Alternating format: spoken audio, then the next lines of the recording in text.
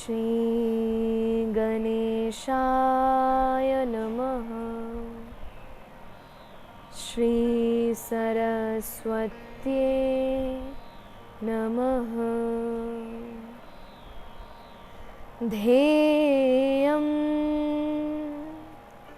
सदा परिभवग्नमभीष्टदोहम् तीर्थास्पदं शिवविरञ्चनुतं शरण्यं भृत्यार्तिहं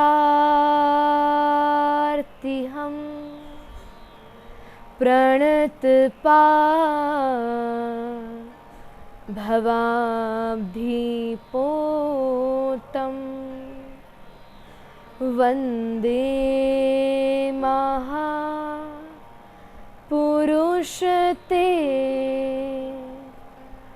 चरणारविन्दम्।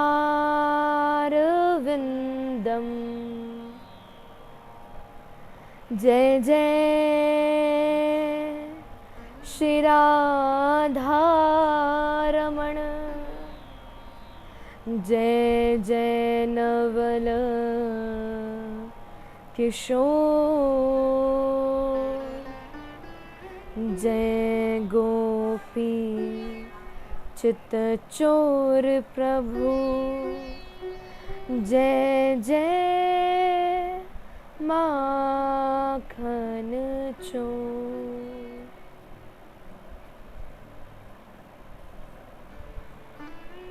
हरि शरणम।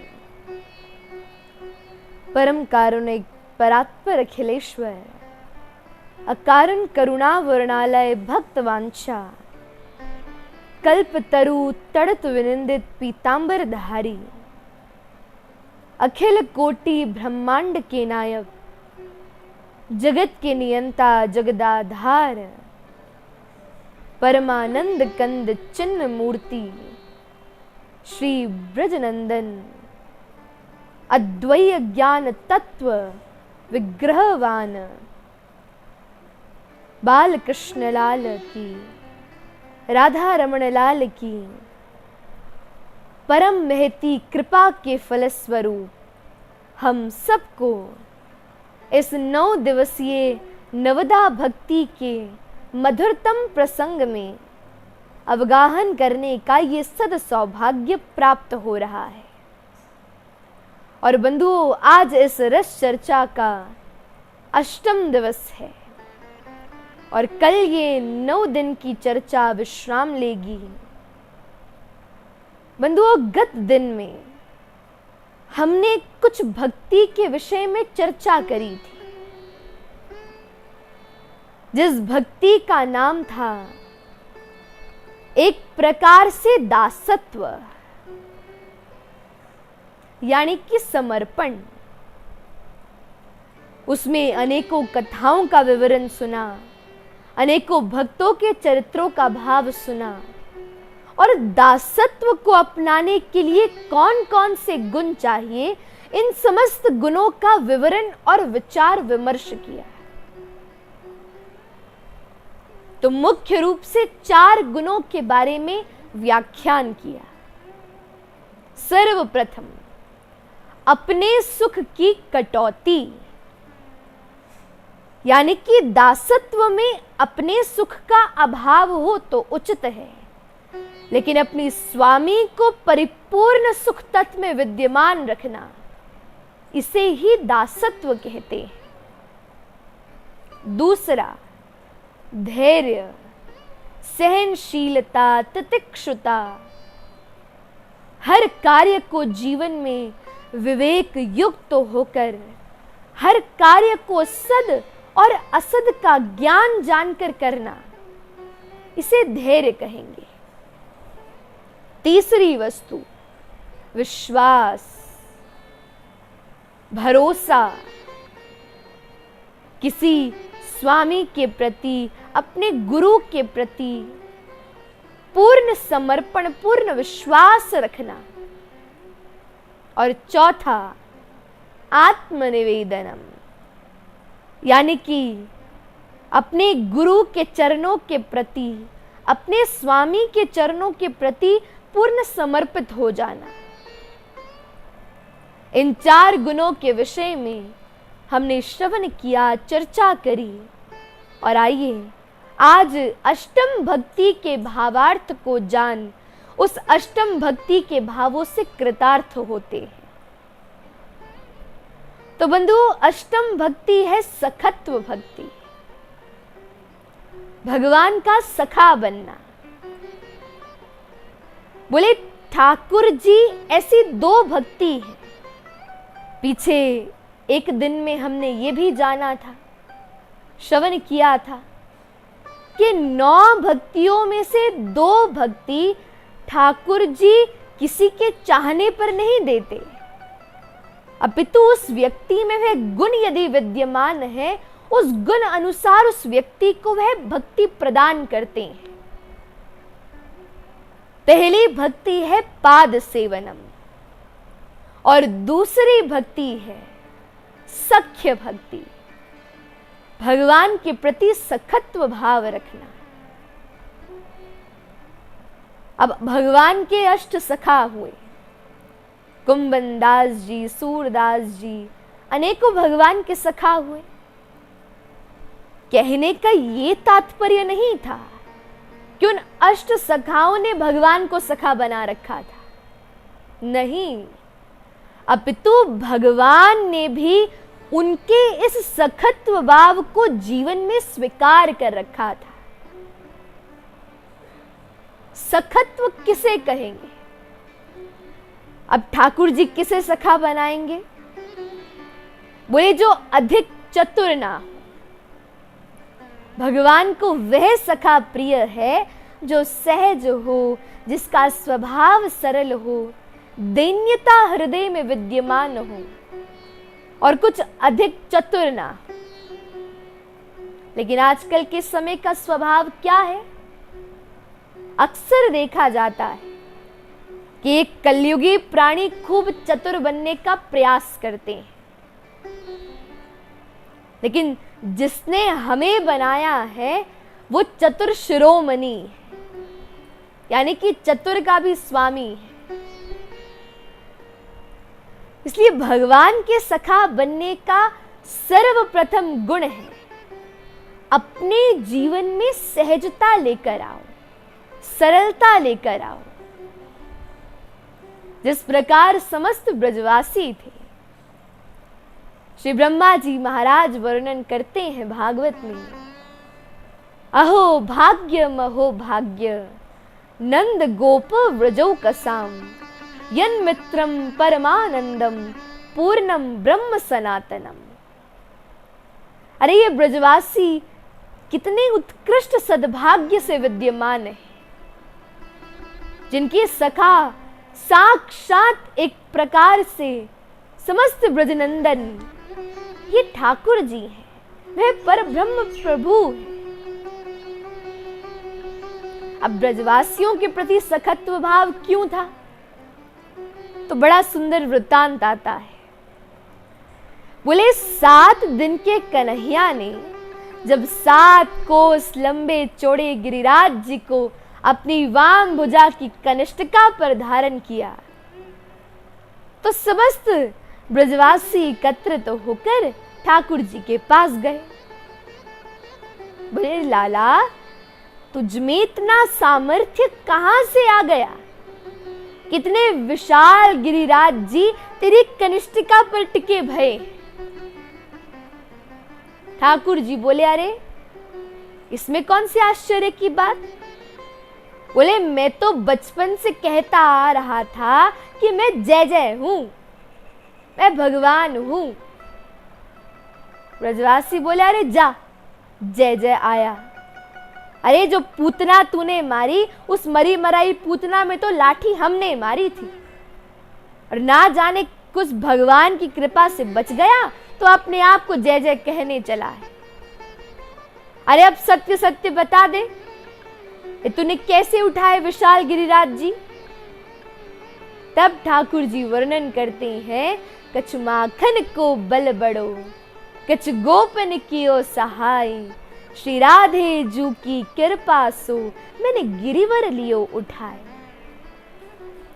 अरे ब्रजवासियों, कछु माखन पाने से मुझ में ये क्षमता आ गई कि मैंने विशाल गिरिराज जी को कनिष्ठिका पर उठा लिया और कुछ शक्ति मुझे तुम लोगों से मिल गई। ब्रजवासी बोले, लाला हमने तेरी क्या सहायता करी? अरे जो लाठी लगाई थी वह भी लाठी चट चट कर टूट गई। ठाकुर जी बोले, तुमने ही मेरी अत्यधिक सहायता करी है। बोले कैसे? बोले जब मैंने गिरिराज जी उठाए तो तुम सब मुझे टकटकी लगाकर देख रहे थे और तुम्हारे टकटकी लगाने से तुम्हारी शक्ति निकलकर मुझ में आ गई, इसलिए तुम सबकी शक्ति मेरे पास एकत्रित तो होगी और उस विशाल शक्ति से मैंने गिरिराज जी उठा लिए। ब्रजवासी मान गए। इतने सरल है ब्रजवासी, इसलिए ठाकुर जी को अत्यधिक प्रिय है ये ब्रजवासी। इसलिए भगवान के प्रति यदि सखत्व भाव विद्यमान करना है तो कहीं ना कहीं इस सरलता को, इस सहजता को अपने जीवन में लाना ही पड़ेगा। और वो सरलता, सहजता केवल बनावटी ही ना हो कि बनावट में बाहर रूप से सहज बने हैं, बाहर रूप से सरल है, नहीं, स्वाभाविक होनी चाहिए, नेचुरल होनी चाहिए। भगवान के सखत्व का भाव।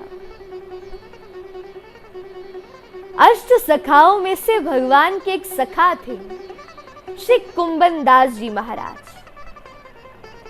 एक बार नदी के किनारे बैठकर कुंभन दास जी राग भैरव गा रहे थे।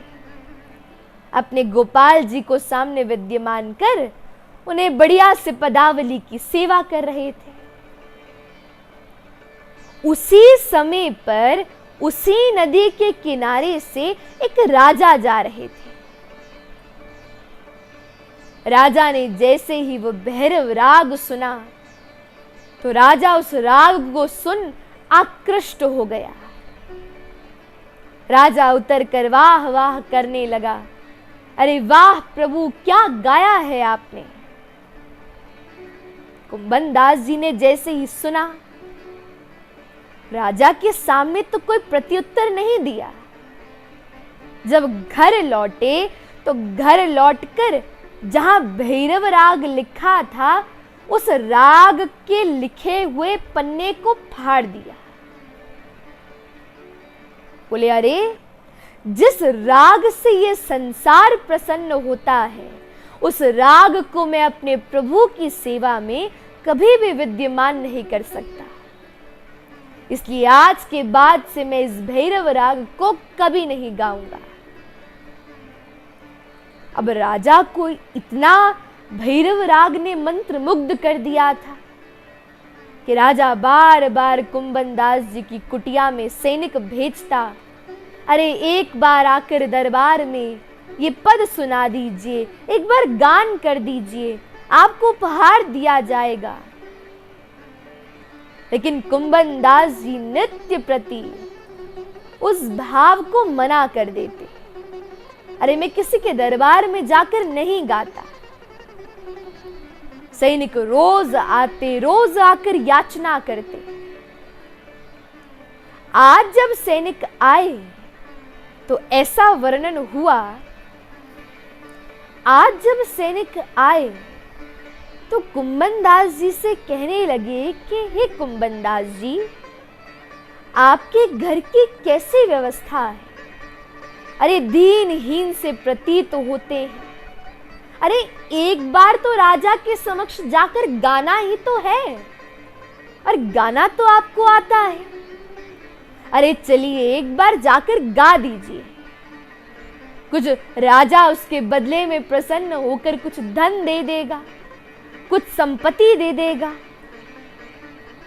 कुंभन दास जी बोले, अरे मुझे तो कोई संपत्ति की आवश्यकता नहीं, मेरे पास संसार की सर्वोपरि सर्वोत्कृष्ट संपदा है। अब कुंभन दास जी की कुटिया में केवल 2 लोग रहते थे, एक कुंभन दास जी और दूसरी उनकी भतीजी। भतीजी भागी भागी आई, बोली अरे चाचा जी जाइए, जाकर आरसी में देखकर तिलक लगा लीजिए। अरे जल्दी जाइए, नहीं तो उस आरसी को बछड़ा पी जाएगा, और आपका आसन भी विद्यमान है, उस आसन पर बैठकर भजन कर लीजिए, नहीं तो उस आसन को भी पड्डा खा जाएगा। सैनिक आश्चर्यचकित हो गए, बोले अरे आरसी को बछड़ा पी जाएगा और आसन को पड्डा खा जाएगा, अरे ये क्या विचित्र वस्तु है। तभी कुंभन दास जी भागे भागे गए तो क्या देखा कि आरसी क्या है, बोले एक पात्र में जल भरा है, वह आरसी है, यानी कि शीशा है, दर्पण है, और सूखी कुशा से बना हुआ एक आसन है जिसे कहीं पड्डा ना खा जाए। कुंभन दास जी उस आसन पर बैठे, जल के पात्र को देखकर तिलक लगाया और तिलक लगा अपने संध्या से निवृत्त हुए। सैनिक बोले अरे कुंभन दास जी देख ली, कैसी सुख सुविधाएं हैं आपके घर, कैसी संपदा है। अरे अभी भी कहते हैं चलिए, राजा कुछ दे ही देगा, देगा तो कालांतर में आप अपनी भतीजी का विवाह करवा सकते हैं। कुंभन दास जी बोले चलो, एक बार चलूंगा और उसके बाद पुनः कभी भी अपना मुख नहीं दिखाऊंगा। कुंभन दास जी जैसे ही राजा के दरबार में पहुंचे, सब लोग विद्यमान हैं। राजा बोला हे कुंभन दास जी, वह भैरव राग सुनाइए। कुंभन दास जी बोले केवल राग भैरव सुनना चाहते हो? बोले जी। बोले उसमें क्या गाना है, उसमें क्या करना है, वह क्या बोलना है, उसकी कोई बंदिश तो नहीं है? बोले नहीं। हे कुंभन दास जी गाइए। और आज कुंभन दास जी ने राजा के दरबार में खड़े होकर सबके समक्ष राजा की निंदा गाई है। भगत को कहां सीकरी सो काम, जाको मुख देखत दुख लागत। कुंभन दास जी गाते हैं अरे इस भक्त को इस सीकरी से क्या काम है। तुम्हारे पास आया तो आते आते मार्ग में मेरी चप्पल टूट गई। अरे कहां हरिस्मरण करते हुए कुटिया में विद्यमान होता और कहां टूटी चप्पल में मेरा मन लग गया। अरे राजन सत्य कहूं तो तुम्हारा मुख देखकर खूब दुख लगता है, इसलिए आज मैं तुमसे एक भेंट मांगना चाहता हूं। राजा बोला कुंभन दास जी, असुविधा के लिए आपको क्षमा है, लेकिन आप जो मांगेंगे, मेरा राज्य मांग लेंगे, मैं आपको राज्य भी दे दूंगा, आप बस याचना करिए मुझसे। तब कुंभन दास जी कहते हैं अरे बस यही भेंट देना, यही उपहार देना कि आज तो तुम्हारे समक्ष खड़ा होकर ये भक्त गा रहा है, जिसका सिर केवल और केवल मेरे प्रभु, मेरे प्रियतम के सामने झुकता है, आज उसका सिर एक राजा के सामने झुक रहा है। अरे राजन, बस यही उपहार देना कि आज तो मैंने तुम्हारा मुख देख लिया, लेकिन आज के बाद अपना मुख तुम मुझे कभी भी मत दिखाना। और उसी क्षण कुंभन दास जी ने पद गाया और पद गाकर वहां से प्रस्थान कर गए। ये है सखत्व भाव, जिसे संसार में अन्यत्र साधन कोई प्रिय ही ना लगे। बस केवल भगवान के प्रति उस सुदृढ़ प्रेम, भगवान के प्रति वो सहजता, वो सरलता, वही प्रिय लगे। यही सखत्व भाव है। तो बोले सखत्व भाव जीवन में लाने के लिए हमें कुछ गुणों को जीवन में अपनाना पड़ेगा, जो गुण श्रीमद् भागवत में श्री सुदामा जी के अंदर विद्यमान है। और वह गुण क्या है? बोले कृष्णस्यासीत् सखा कश्चित् ब्राह्मणो ब्रह्मवित्तम विरक्त इंद्रियार्थेषु प्रशांतात्मा जितेंद्रिय। 3 गुण। सर्वप्रथम विरक्त इंद्रियार्थेषु। बोले इंद्रियों की इच्छाओं से जो विरक्त है। अब ध्यान से संदर्भ को जानिए, क्या भावार्थ है। हमारी इंद्रियां आजकल के समय में कैसी हैं? बोले 1 घंटा यदि रस चर्चा श्रवण करने को मिल जाए तो वो 1 घंटे का समय भी 4 घंटे जैसा लगेगा, लेकिन 3 घंटे की पिक्चर कब खत्म हो गई पता भी नहीं चला। तो इसमें तो हम सहज प्रसन्न रहते हैं। आज हमारी इंद्रियों को भगवत संबंधी वस्तुओं में कष्ट होता है। कथा में बैठने पर 3 घंटा खूब चरण दुखेंगे, खूब घुटना दुखेगा, 3 घंटे बाद जाकर सीधे बिस्तर पर लेट जाएंगे। अरे क्या किया? बोले कथा सुनकर आए। क्या किया? बोले कथा में विचार विमर्श किया।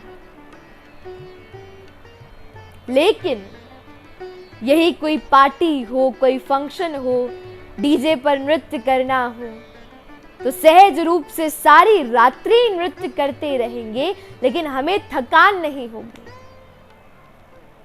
क्यों?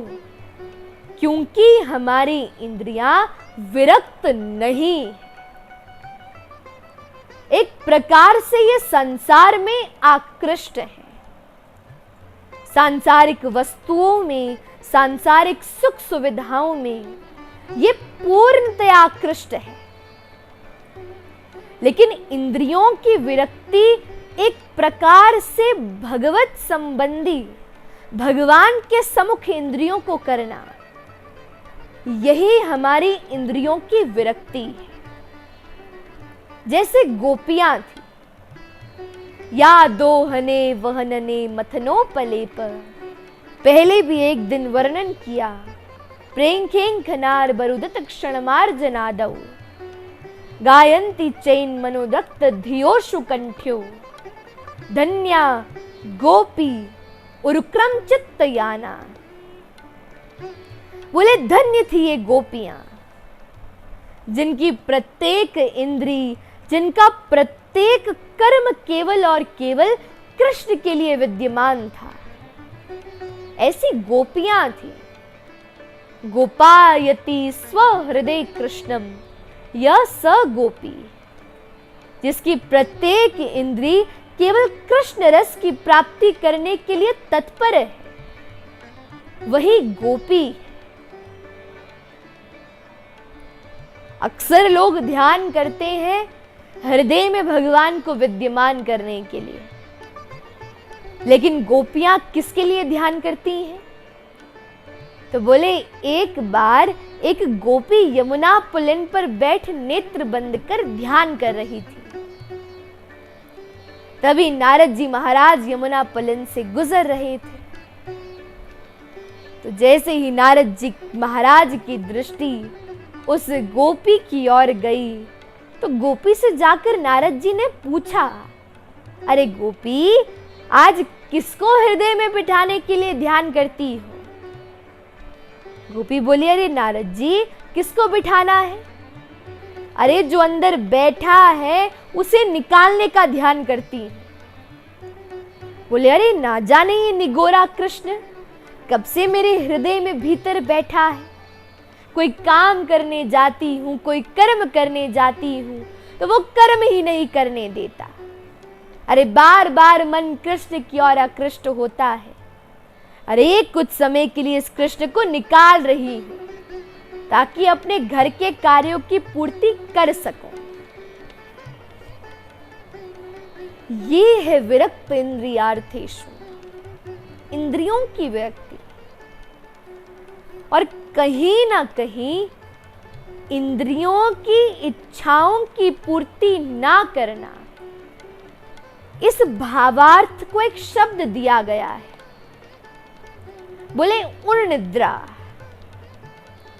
यानी कि युक्ताहार विहारस्य युक्त चेष्टस्य कर्मसु युक्ता स्वप्नावबोधस्य योगो भवति दुःखः। व्यक्ति कब अपनी इंद्रियों की इच्छाओं से विरक्त हो सकता है? जब उसके जीवन में प्रत्येक क्रिया युक्त हो।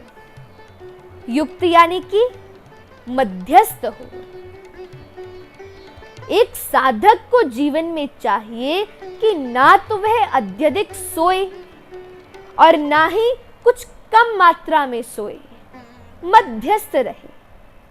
ना अत्यधिक भोजन पाए, ना अत्यधिक कम भोजन पाए, एक प्रकार से मध्य में रहे, जो जीवन यापन करने के लिए अनिवार्य रहे। हम अधिक इच्छाओं की पूर्ति करते हैं, इंद्रियों की तृष्णाओं की पूर्ति करते हैं, तो हम इस संदर्भ में, इस भाव में वशीकृत हो जाते हैं। लेकिन जब हम मध्यस्थ रहेंगे, बस जीवन यापन करने के लिए जितना अनिवार्य है उतना ही पाएंगे, तो एक प्रकार से ये विरक्त इंद्रिय हो जाएगा। ब्रजधाम में एक बाबा रहते थे, जिन्हें सब घड़ी वाले बाबा उच्चारण कर पुकारते थे। अब वह बाबा घड़ी डालकर घूमते थे। बोले हाथ में धारण नहीं करते थे, चरण में धारण करते थे। तो किसी ने उनसे पूछा कि बाबा ये हाथ में घड़ी क्यों नहीं पहनते? घड़ी तो हाथ में धारण करते हैं। तब बाबा उत्तर देते, अरे हाथ कर्मशील है, लेकिन चरण हमारे गतिशील है, चलेमान है। इसलिए चरणों में घड़ी डालता हूं, क्योंकि घड़ी का स्वभाव, समय का स्वभाव भी चलायमान है। अब उस बाबा का यह स्वभाव था कि बाजार से खरीद कर यदि कोई गद्दा लेकर आते तो उस गद्दे को फाड़ कर उससे रुई निकालकर उसमें पत्थर, बड़े बड़े पत्थर, कीट, कंकर भर देते और उस पर निद्रा ग्रहण करते। बोले क्यों? तो बोले जितनी भी नींद होगी, अत्यधिक निद्रा आएगी तो इस गद्दे पर शयन कर लूंगा, और जब पूर्ण निद्रा हो जाएगी तो ये गद्दा, ये पत्थर मुझे चुभने लगेंगे, और तब पुनः जागृत होकर मैं भजन करने में लग जाऊंगा, और तब तक नींद नहीं आएगी जब तक पूर्णतया मैं थक ना जाऊं। ये है उन निद्रा। ऐसा भजन, ऐसा साधक का जीवन होना चाहिए जहां विरक्त इंद्रियार्थेषु हो। बस प्रत्येक इंद्री से हर स्मरण करने का ये भावार्थ, ये संदर्भ हृदय में विद्यमान हो। और दूसरा गुण प्रशांतात्मा। जैसे ठाकुर जी, वैसे ही ठाकुर जी अपने सखा में गुण देखते हैं। बोले ठाकुर जी का स्वभाव है शांत।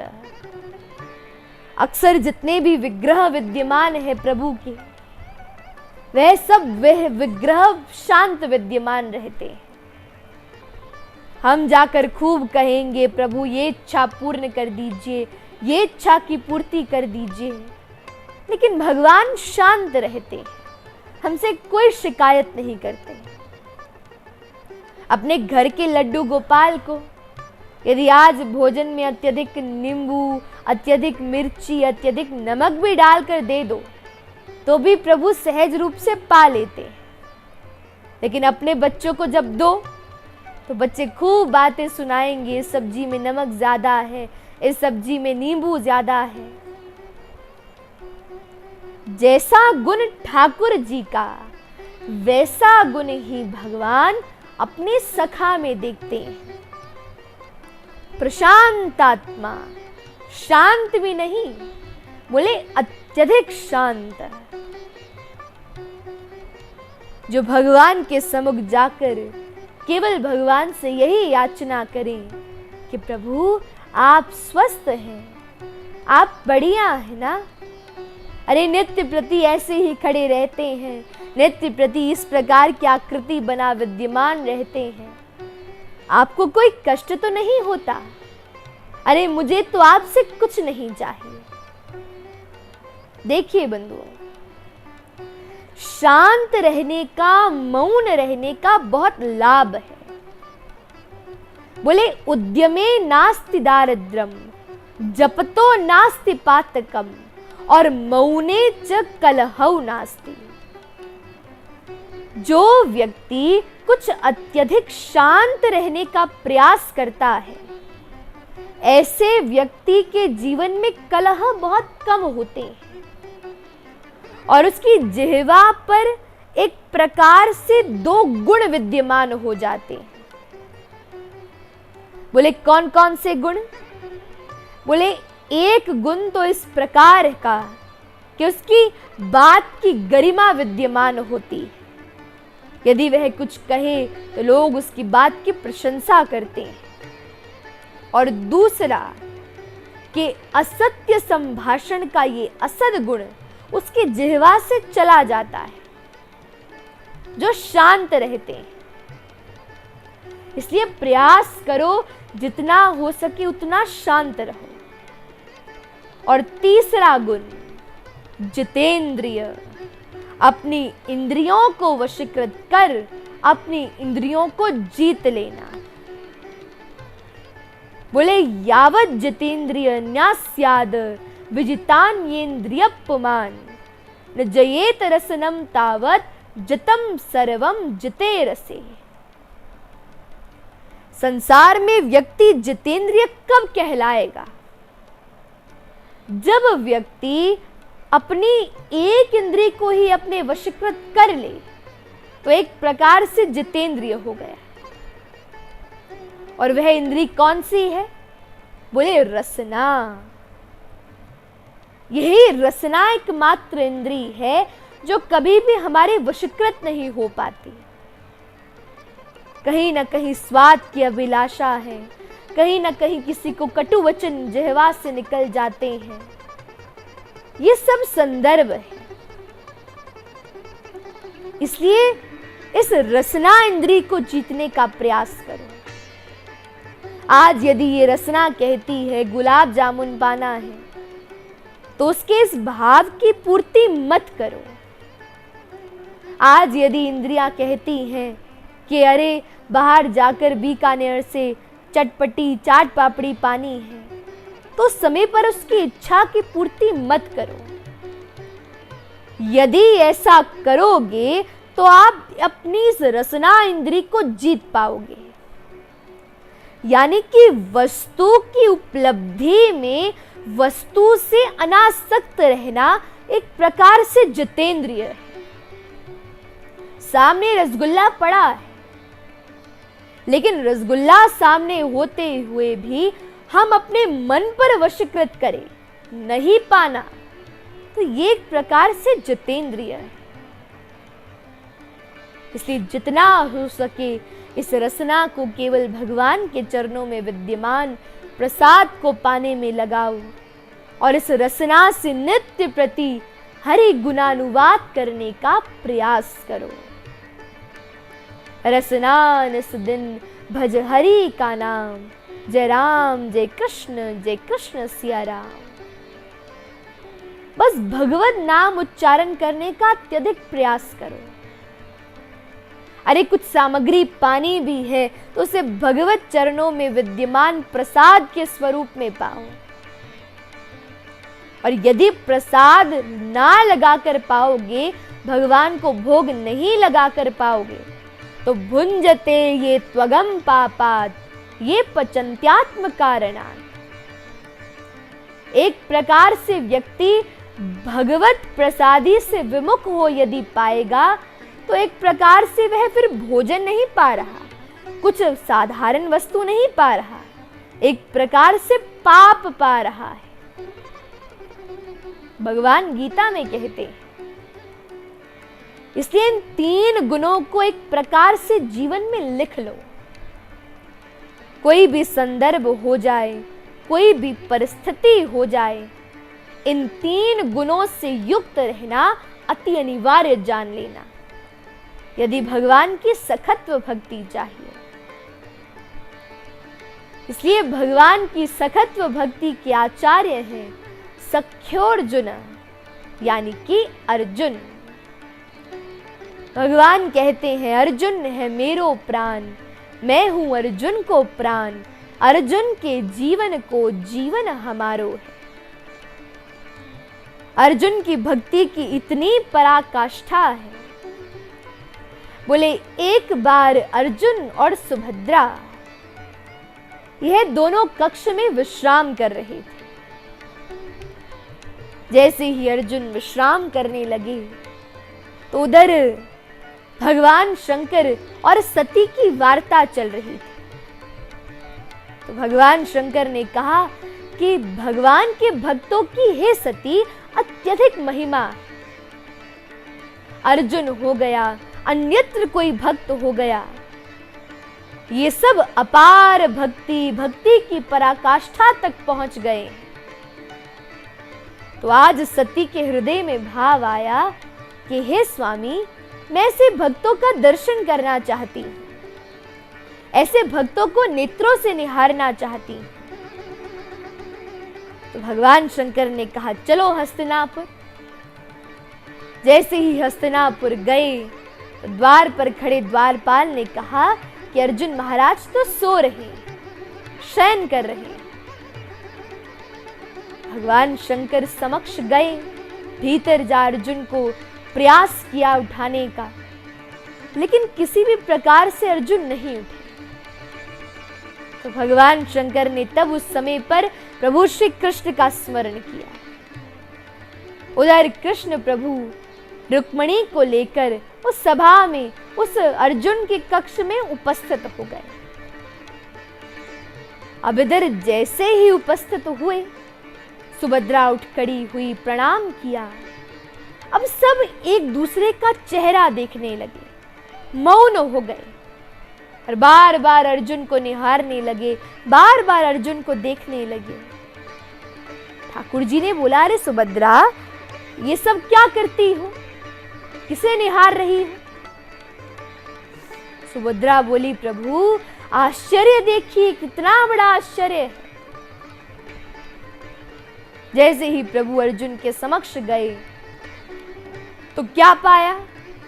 बोले अर्जुन शयन कर रहे थे, लेकिन अर्जुन के रोम रोम से एक प्रकार से कृष्ण कृष्ण कृष्ण नाम का उच्चारण हो रहा था।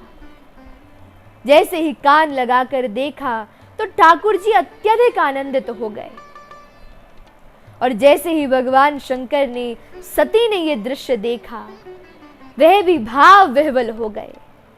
और तब सबने जाना कि अर्जुन में कितनी पराकाष्ठा है सखत्व भक्ति की, कि उनके प्रत्येक अंग प्रत्यंग में कृष्ण नाम का उच्चारण होता है।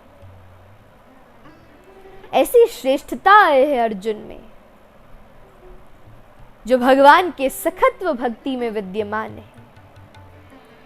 और दूसरे ठाकुर जी के सखा हैं श्री उद्धव जी, अर्जुन से भी बड़े सखा। बोले उद्धव जी को भगवान दैत सखा कहते हैं। ये दैत सग एक प्रकार से भागवत में दो प्रकार से उपयुक्त हुआ है। एक दैत शब्द उपयुक्त हुआ श्री उद्धव जी महाराज के लिए।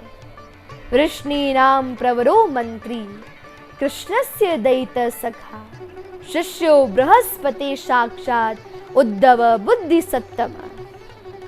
और दूसरा दैत शब्द उपयुक्त हुआ है गोपी गीत में श्री गोपियों के द्वारा।